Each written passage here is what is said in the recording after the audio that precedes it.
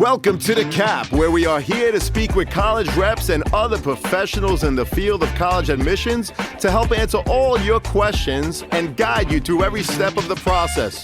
So if you're serious about college admissions, you've come to the right place. Are you ready? Let's talk about it. And now, here's your host, Dr. John Durante. Welcome to The Cap, the College Admissions Process Podcast. I am your host, John Durante, and I am here to introduce you to college admissions representatives and other professionals in the field of college admissions. Our purpose is to serve you, the students and parents, so that you may gain insight straight from the people who ultimately make the decisions. Regardless of whether you apply to a particular school being highlighted in a given episode, you should listen to all of them, as each guest will give you tremendous insight and advice on every aspect of the college admissions process, prompting you to come up with your own follow-up questions for when you visit campus or meet with a college admissions representative yourself. Don't forget to visit our website, www.collegeadmissionstalk.com, or the show notes of each episode to access the alphabetical list of all the colleges available with the related audio link to the right of each school. The alphabetical list provides you with on-demand access to all of the episodes so that you may listen whenever you wish. And if you want to receive links to episodes before they are released on the podcast, along with other related resources, please fill out the email opt-in form also available on our website and in the show notes of each episode. Lastly, please email me with any questions or comments at collegeadmissionstalk@gmail.com. So are you ready? Let's talk about it.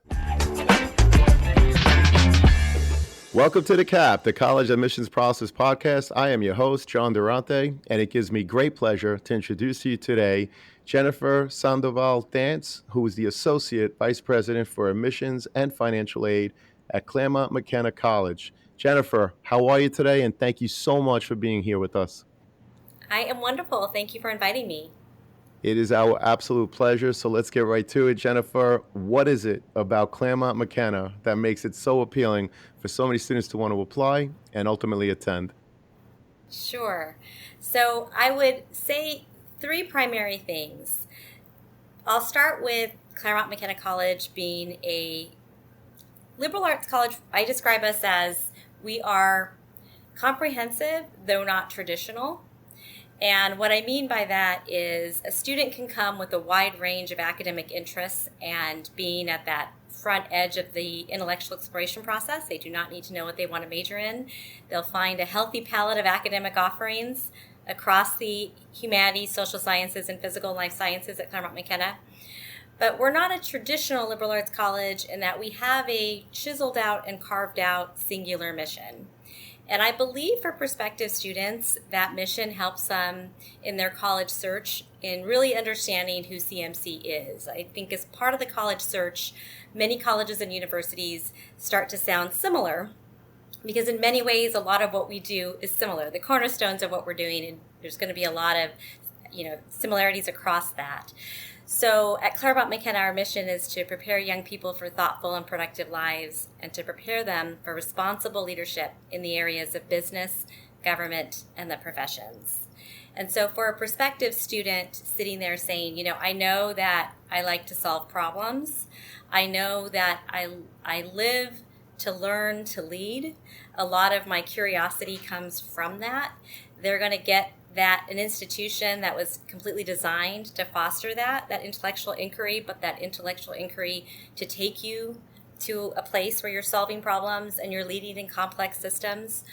We have a pre-professional culture to us, which many liberal arts colleges will not necessarily directly espouse. We stated clearly in our mission, it's responsible leadership for business, government, and the professions. And for many students, they look at that and think that I know I want to go into one of those areas, and I know leadership is an area and space and place that I want to be in.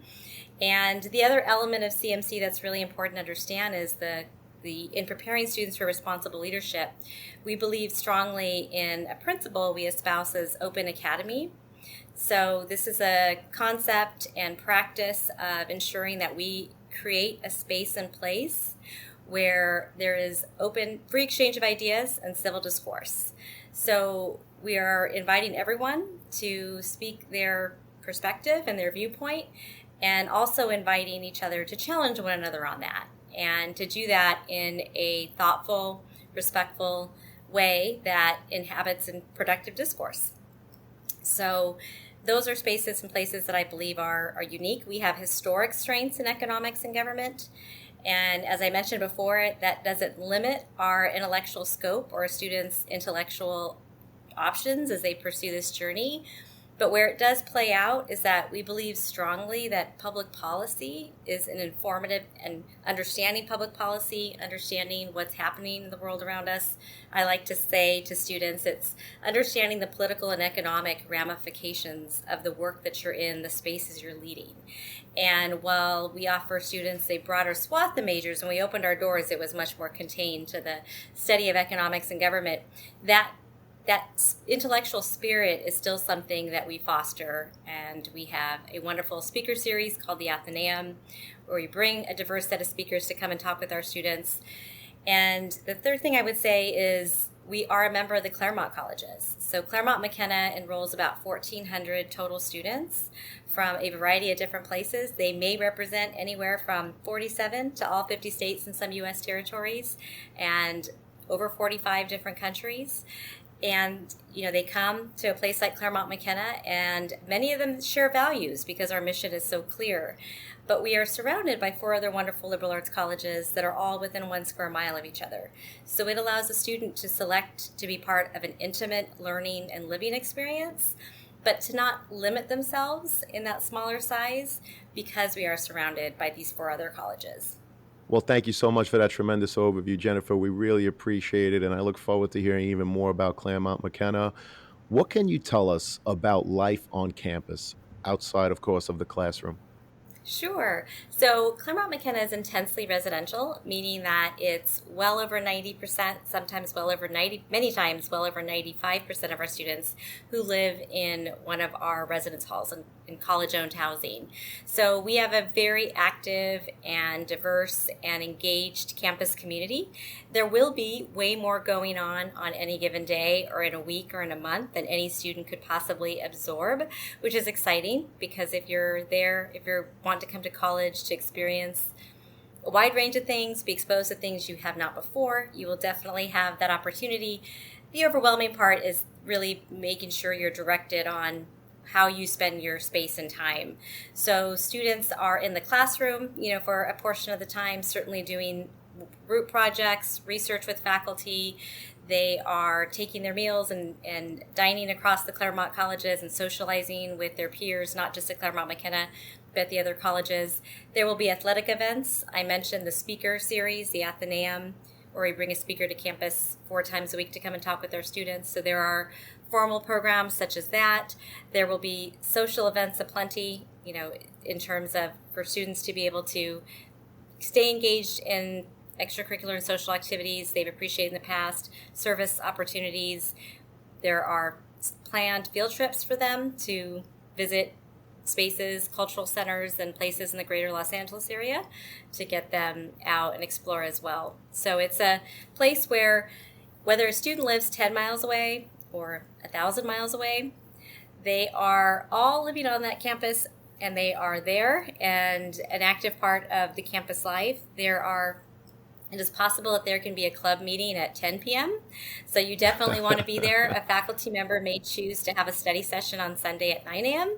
So it is a place where things are happening all the time, and there is an expectation that everybody is thriving in that living and learning environment, engaged, there, present, and really taking advantage of everything we offer.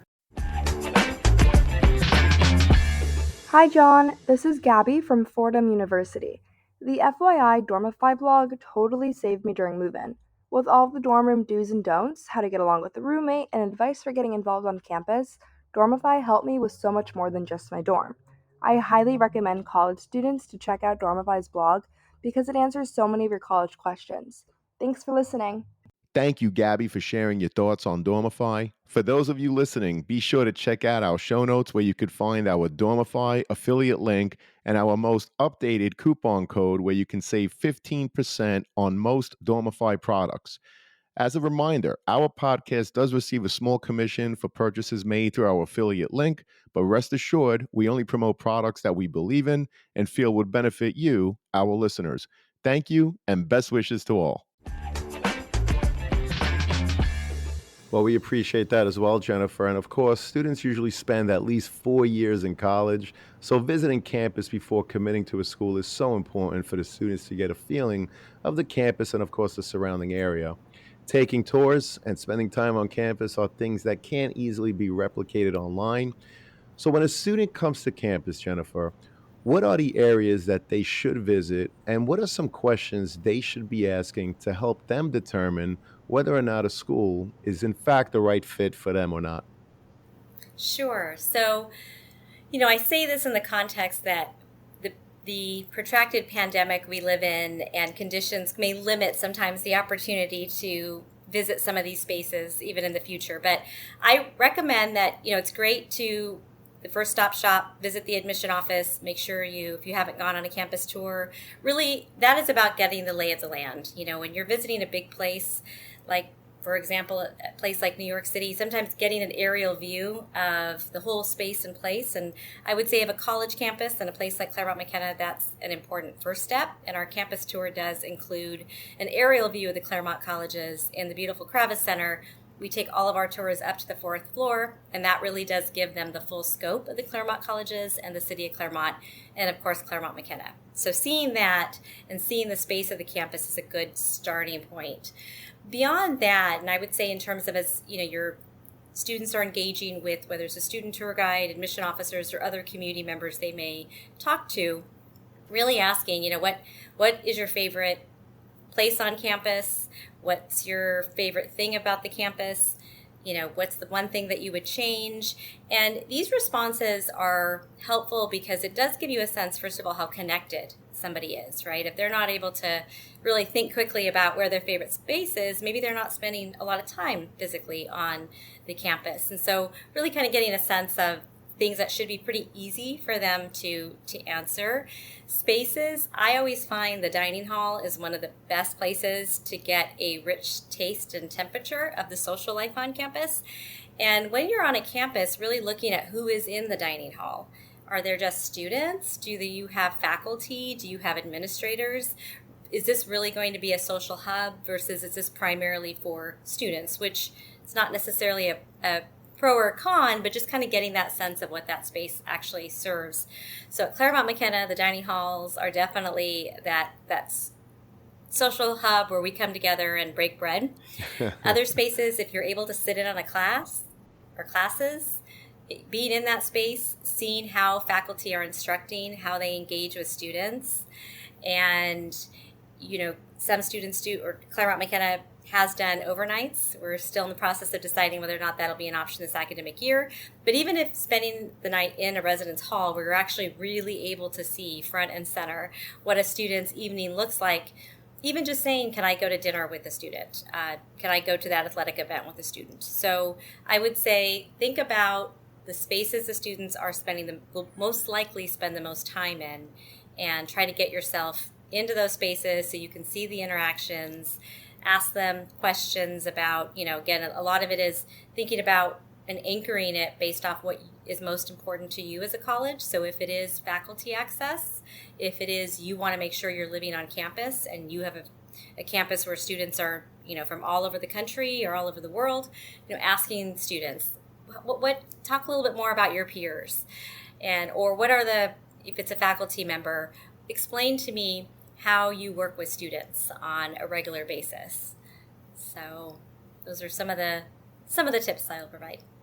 Well, those are great pieces of advice: visiting dining halls, classes, residence halls, and of course, meeting with students and professors. And by the way, I read a statistic that 95% of the freshman class actually returned, which is an amazing piece of data.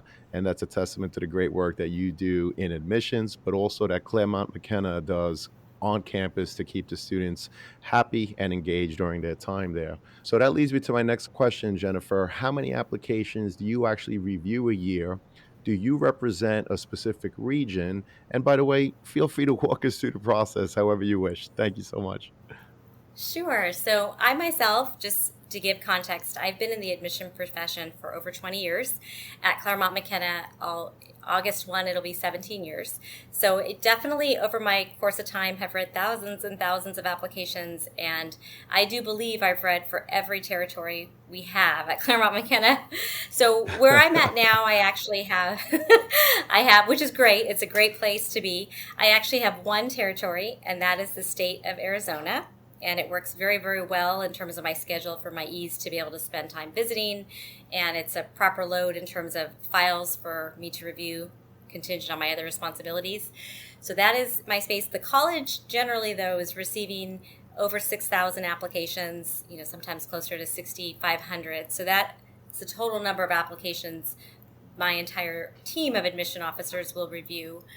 So I myself could review 100 to 150 depending on the year. And the process is definitely one of my favorite parts. When you are in admission, as great as it is to go out and visit students and welcome them to our campus and be a part of prospective student and their family's journey in this precious point of their life, the heart of the process is the admission process. And it's important to frame it or pivot it as essentially what our admission officers are doing at Claremont McKenna is seeking students who will benefit from and contribute to our singular mission. And everything comes back to that. We are privileged that we have an applicant pool that is highly talented in every area, intellectually, personally. So the vast majority stand to bring quite a bit to our campus. But really the question we are asking is how will they benefit from and contribute to our mission? And also how will they help us build, how are they going to contribute to the overall class, right? There are about 330 students in a first year class.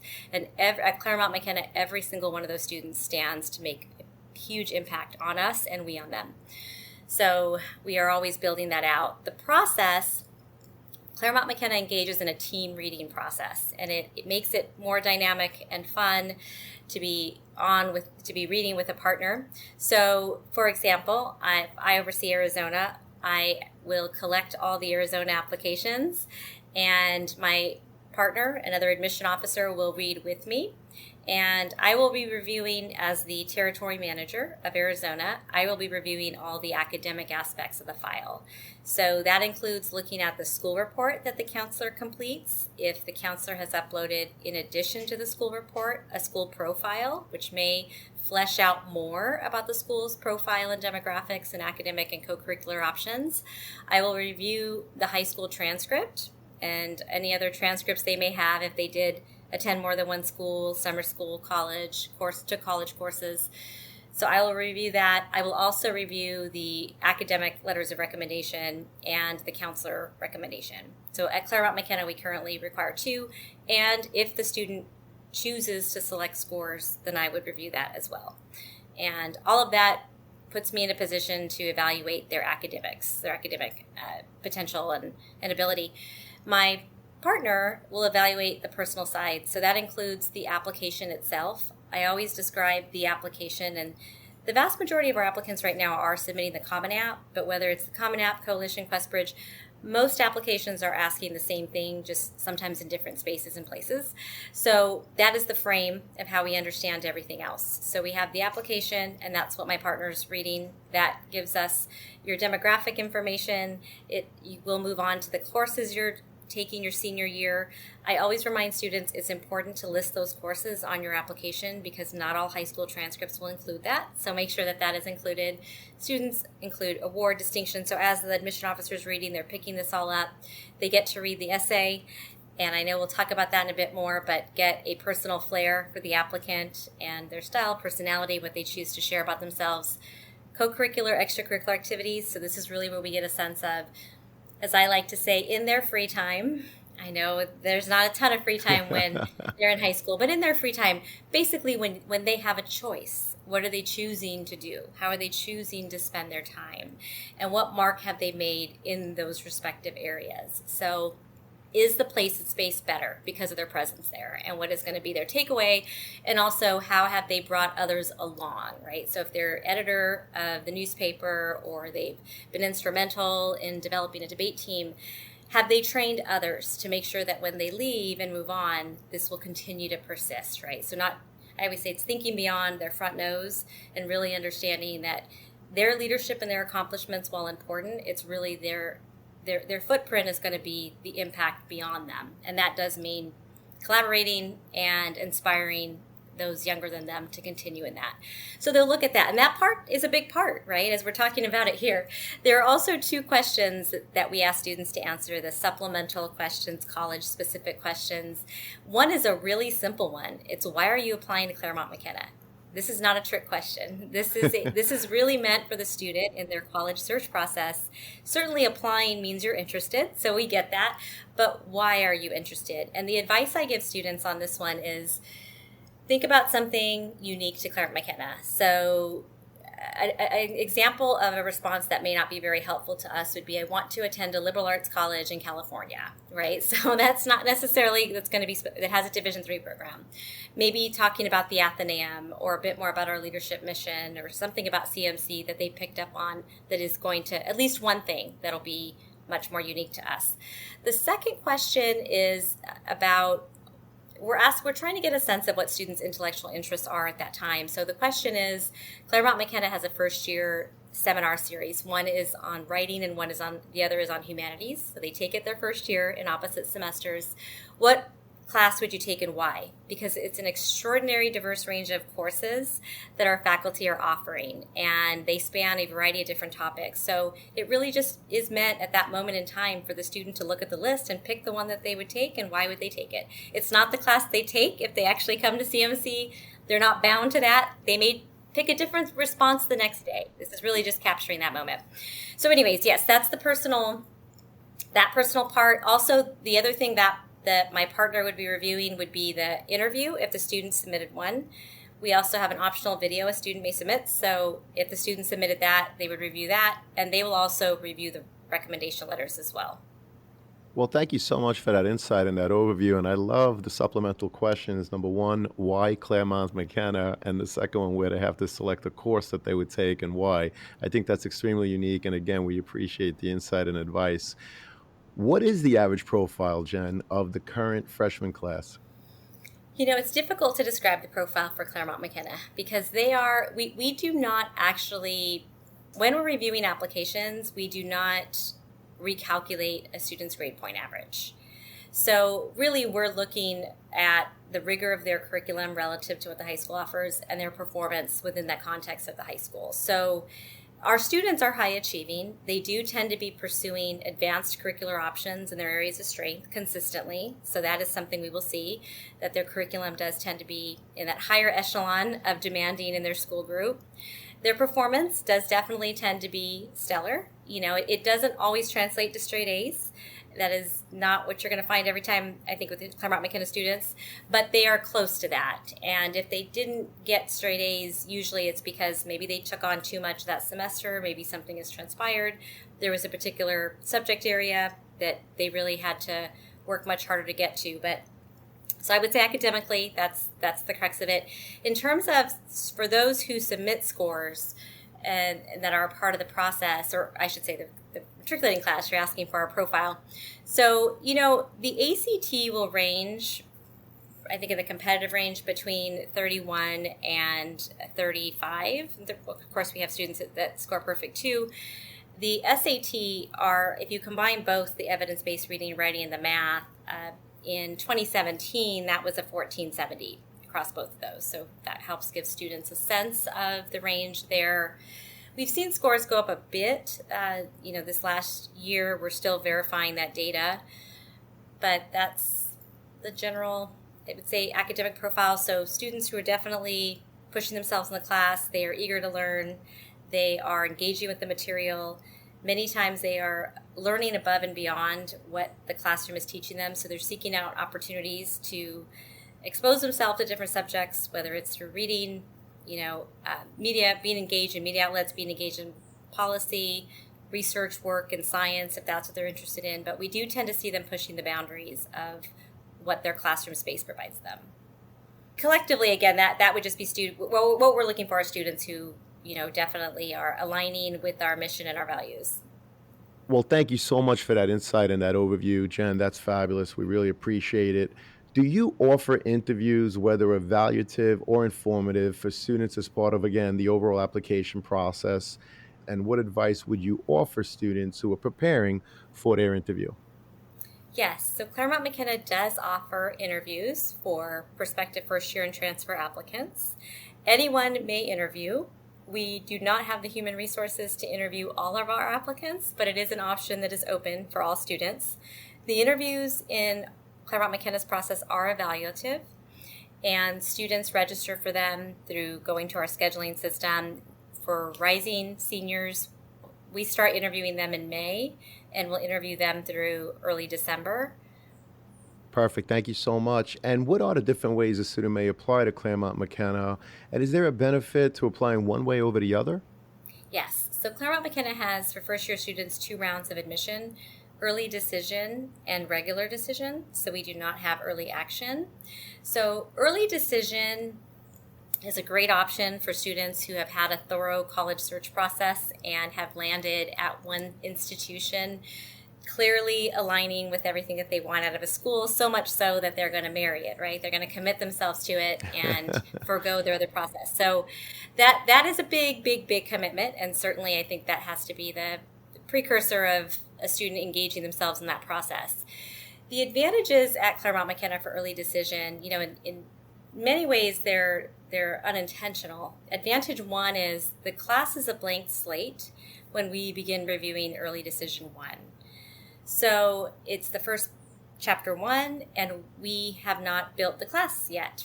And so every round after early decision one, a portion of the class has come together. And so we are making decisions based on, our class as it looks at that point. So that's in its own way, it's an advantage whether we want it to be that or not. It's that phase of the process. For us too, we do not receive as many early decision applications. We're not reviewing them in as tight a time frame as we are in regular decision as we move through the process. So there's this illusion we have more time. I'm not sure that's really true, but we have that bandwidth of time to spend with them. And it's just the beginning of the process, so we are fresh. So again, it's one of those things where we don't design it that way, but that is a reality. So applicants in many ways have the best shot in that first stage of early decision one. And I tell applicants that if they were not offered admission in early decision one, they may feel confident they would not have been offered admission in the future rounds. That one is really, most in all my years at CMC, I would say most students' decisions would be the same across the 3 rounds, because the selectivity is still there, and we're being cautious and making sure we're saving spaces in each round. But for students, if again, you align with CMC and that's where you want to be, it's a great option. If you're concerned about cost, you can reach out to our financial aid office and talk about that, and figure out whether or not that's financially a feasible option for you. So those are the advantages, and we know clearly you're stating that that we are your top choice. So that always feels great to have that in an applicant. Well, thank you so much for sharing the advantages and the overview. And of course, reaching out to the financial aid office is always something that's very helpful. By the way, I will include the Office of Admissions to Claremont McKenna. Jennifer, if there's anything else that you want me to include in the podcast show notes, just provide it to me. And of course, we'll make it available to the students and their parents. Jennifer, I know that Claremont McKenna College is test optional. Can you share the percentage of students that apply and that are ultimately admitted that did not submit their test scores? Sure. So this is using fall 2021 data, because as I mentioned, we have to verify and vet and get approval for this class's data, which is not yet final. So for the class that entered in 2021, so the CMC class of 2025, we had 47% of our applicant pool submitted test scores, and of the students who were admitted, 45% had submitted test scores, and of the students who committed, 55% had submitted test scores. That captures a moment in time. We'll see where the future goes with test taking. Sure. Thank you so much, Jennifer. And does Claremont McKenna accept AP, IB, or dual enrollment classes for credit? We accept advanced placement and international baccalaureate courses, and it's limited. So at Claremont McKenna, it's capped at a maximum of 4 college, the equivalent of college credits a student could get for certain scores within the AP or IB exams. And it's, in most cases, the academic departments at Claremont McKenna do not accept it as college credit. There will be some exceptions, and some will accept it as placement into a higher class. So that it's good to take those tests and have them and see how they work and play out. Dual credit is trickier. If the student received college or high school credit for the course that they take, which is usually what dual enrollment means, then they cannot use that course towards college credit at Claremont McKenna. So if they take a college course completely on their own and it had no affiliation with their high school, then that would be eligible for transfer as a college course. Well, we appreciate that distinction. Thank you so much. And you mentioned it earlier, and I appreciate you talking about the importance of listing courses in progress in senior year, as some transcripts may not include that. So my question, Jennifer, is how important are students' courses in progress and grades in their senior year, and what are you looking for when reviewing them? Yes, they're important. They're the final chapter of your high school experience. So as we're looking at your high school transcript, in many cases, all early decision 1 cases, we will not see your fall final grades, right? If your high school does in fact give semester final grades. But we'll see what you're enrolled in, and we'll be curious to see that we'll continue to monitor to check your performance when we do get that mid-year report. So it is important for us to know that you're persisting with the rigor, that you're continuing to intellectually condition yourself to be ready to transition to Claremont McKenna. So we do want to see that a student is continuing to challenge themselves and hopefully enjoy that process as well. So that would be important. Performance, we will start to receive those mid-year reports usually by early February. We've received them all. So it's a portion of the applicant pool that we see it all in one fell swoop, right? All the courses they took, the grades that they received. And, for different applicants, what we're looking for could be different. If a student had a rough academic start or at some point in their high school experience experienced a rough patch, they have time to recover depending on when that happened, and that fall senior year could be a really brilliant point of recovery. That they've learned the lesson, they've moved through those challenges that were making that academic balance more difficult. And so there are times when we're waiting for those senior year grades to convince the admission committee, yes, they have absolutely earned a space here. Everything that they've accomplished at this point, this is, the ultimate product of that. For many of our applicants, it is seen, again, that they are maintaining that. So if we see a dip for students, it's important for you to reach out. If you do know that you're going, whether you've been admitted or you're an applicant, so if you've been admitted early decision or early action, or you're, at another institution that is, you're in the applicant pool, if you know the grade's going to be disappointing, just reach out to us, to your admission regional officer, and explain, just a couple sentences what happened so that we have that information. Otherwise, the minute the admission committee sees it, it shows a drop. And many of your peers are not going to have a drop. So we want to be in a position to still advocate for you and understand what happened. Well, that's great insight. And so if there is a drop, students, it is important to give some insight in terms of what happened so that the admissions representatives can continue to advocate for your acceptance. So we appreciate that, Jennifer. And of course, the college essay is another piece of the overall application. What are some examples of college essays that really stuck with you, and when you read them, you thought, this student has to come to Claremont McKenna? Sure. So the college essay, I always smile because I believe this invokes some of the most anxiety because it's open-ended. Your transcript, recommendation, listing your address, that type of stuff just is, right? You're going in, this grades, they're mostly in the rearview mirror. And now you have this one thing that you're looking at, that you want to make sure you represent your best self. You're not sure exactly what they're looking for. So I understand, I want to frame it by understanding the anxiety that this particular piece can provoke. So what I tell students is in Claremont McKenna's holistic process, we're reading a lot of things about you that other people to a certain degree have contributed to, whether it's your teachers, a recommendation letter from somebody else, and awards you've received. So this is in many ways your community reflecting back a lot of who you are and your accomplishments. The essay, not just, certainly a student earned all that, but the essay is where you are completely in the driver's seat and you want to look at the application and think about what you believe it's going to cover very well about who you are and what your potential is. And you want to find a space for you to enter a perspective about yourself that may not be there. And an example that I use is we had an applicant who was an extraordinary overachiever, shocker, right? And she was an exceptional, what we call academic. She was an exceptional soccer player. Seemed like everything she was involved in, she just hit the very top of the pecking order and did extremely well. And this came out throughout her application, just awards she received, distinctions, everybody who spoke about her. But her essay was actually about her epic failure in building a cupcake.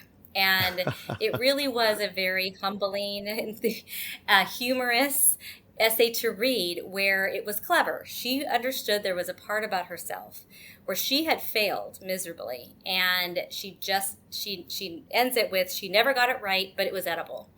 And this way of going through and about how she had worked and she laughed and she made a mess and then it frustrated her. And it was eye-opening to her because as much as she had coached students along in academics, been a tutor, she helped young kids learn soccer, she had forgotten what it felt like to have to work really, really hard at something. And it was eye-opening to her to have that moment. And it really did kind of reframe her perspective. And so that was a very well done essay that really she took us on a journey that we wouldn't have seen.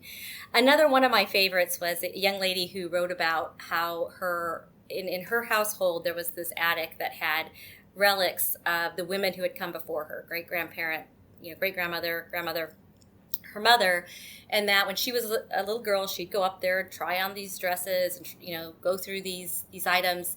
And she was getting to this point where she realized she was going to be imparting something here and what she hoped that she would impart in her family and those that would come after her.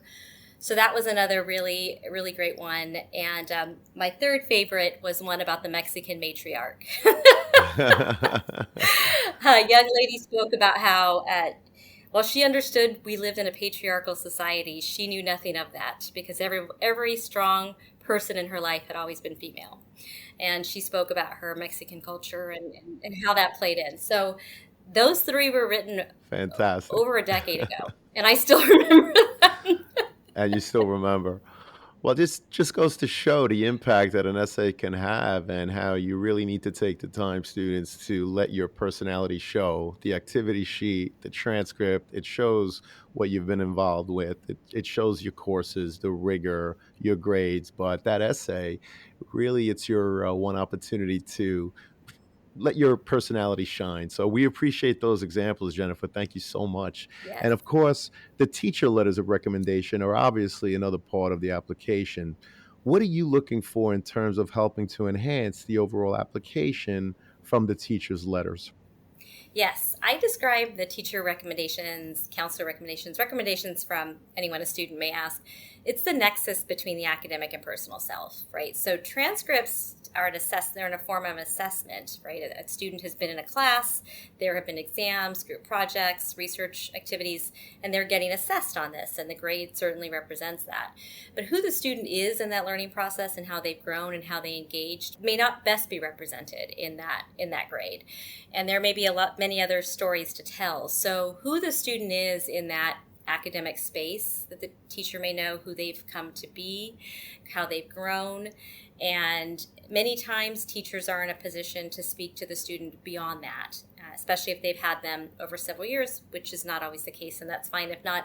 But the teacher may also see them in other spaces within the community, depending on the school. So where for us, the information that is most valuable is similar to the essay. Take a step back. what isn't already obvious of the student. And their academic aptitude many times is aptly captured in their transcript.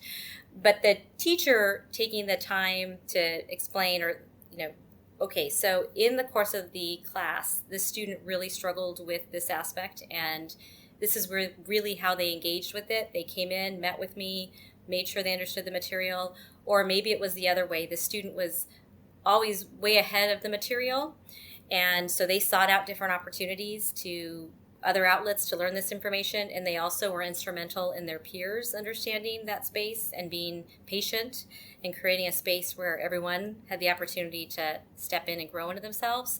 So with teachers, especially at a place like Claremont McKenna, they're going to be stepping into an intimate learning space, and they're going to be stepping into where their faculty are going to be expecting them to be fully engaged in that learning process, what I call social learning. And so while I realize not every student, depending on the high school size, may have the opportunity to fully engage with their instructors, we're looking for any morsel that shares a bit more about who that student has the potential to be in that intimate learning space. There's the counselor recommendation, which of course frames the applicant, I think, in the context of the high school, and information that sometimes we don't always glean from the application. Like sometimes a student couldn't take a particular course because it didn't fit. Student may not have mentioned that. The counselor will share that type of information with us. And they tend to have a better sense of the student's growth throughout the time at high school because they have many times been working with them and have a sense of how they've guided their college search. And so they definitely add rich perspective there as well. Well, I think that's another great answer. And the theme of talking about what isn't already obvious in other parts of the application, again, whether it's the student essay, a teacher letter of recommendation, or as you mentioned, the guidance counselor's letter, sticking to the theme of what isn't already obvious in other parts is extremely important to enhance the overall application. So that's tremendous advice. Thank you so much. And in conclusion, Jennifer, what are your top 3 pieces of advice that you would offer students and their parents getting ready for the college admissions process? Okay, so for number 1 is to the student. This is your process and own it. Let yourself be surprised, challenge yourself. Maybe you arrived here thinking you wanted to go to a large research university. Maybe you arrived here thinking you wanted to be completely across the country, maybe in a different country, period. But challenge yourself. When you are visiting a college or talking to somebody who maybe attended that school and there's something about what you're experiencing that excites you, remember it, write it down, and challenge yourself to find that and seek that out in other places, because that's important. The only way we know how our body and our mind, it speaks to us when we have hit a space that one of our applicants, she coined the phrase, do what excites. And we use that many times, right? Do what excites. What excites you? And when you're going through the college process, think about that. Like, what is exciting you about this process? What's exciting you about the places? And stay true to that. And this is your process. So that's number 1. 2 is to parents, and this links to that. This is, as parents, we have the best interest of our children at heart. Everybody understands that. And this is a process where it really it tinkers between really giving them that opportunity to have this exploration, but also being there to ask important questions, especially for some parents. There may be, like we talk about financial fit, like that may be a conversation that has to happen on the earlier phases of that, of what can the family really afford and what are going to be important factors. Those are important conversations, definitely, to engage in on the early end. For some parents, leaving state is not an option. They're not going to let their child do that. Parents, those are important things to sit down with your child and have that thoughtful conversation before they start meandering down the college search process. If you really want them to explore everywhere, then that's fine and that's clear, but be clear about that as well. This is not about you and the bumper sticker or sweatshirt or letter that you're going to get to brag to your friends about. This will go so much deeper and so much further than that one moment. They will get into college. They will have something to celebrate, and you will find it so remarkable at the end of their 4 years, their college experience, how you may not even remember where else they applied. And if you do, you just remember it because this was so clearly the place that they were going to grow into who they're supposed to be. So trust it. I always tell parents, don't share information with where your child's applying. You don't owe anyone that. That is your information. If as confidential as you two want to keep it, you and your son or daughter or child, do it, because you want to make sure you've created this private space for you to experience those decisions in that private space without people asking, did you get in? So that's always advice I give people, because it really is just your space and process to own, and you will move past it. You'll move through it, and you'll get to their side, and you'll find a great place that'll welcome you and get you to your potential. So I would say those two things. And then the third thing would be have fun in this process. There are going to be few other times in your life where you are starting a journey that is just going to have so much open opportunity, and where you really can, in many ways, you are in the driver's seat of a lot of what that experience is going to entail.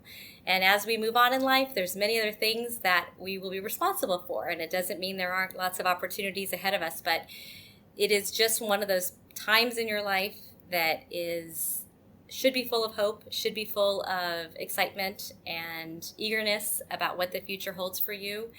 And enjoy that space. Enjoy that space as much as you possibly can, because, again, it'll inform how you make other decisions as you move through life, and you won't get those moments back, and you won't get that space in your time back. Well, Jennifer, those are tremendous pieces of advice. I am so happy because I know that this conversation is going to help so many students and their parents. It was awesome hearing about Claremont McKenna.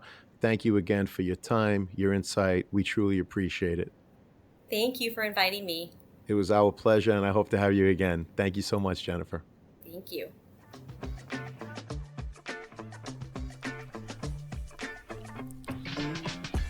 Thank you for joining us on this episode of the CAP, the College Admissions Process Podcast. We hope you enjoyed the show. If you did, please don't forget to tell a friend, and follow us on Facebook, Instagram, Twitter, and wherever you listen to your podcasts. I am your host, John Durante, and I look forward to seeing you on the next episode of the CAP. Hey, podcast friends, are you or someone you know in need of some custom college gear? Prep Sportswear carries a wide variety of college fan gear and apparel, including t-shirts, sweatshirts, hoodies, hats, and so much more. So whether you're getting ready to go to the game, hanging out on campus, organizing a college bed decorating party, or you're simply looking to build upon your college gear, Prep Sportswear has you covered. Check out our Prep Sportswear affiliate partnership link in the show notes for all the details. Please note that if you make a purchase through any of our affiliate links, the podcast gets a commission, but rest assured that we would only promote products that we believe in and feel would benefit our listeners. Thank you all, and best wishes.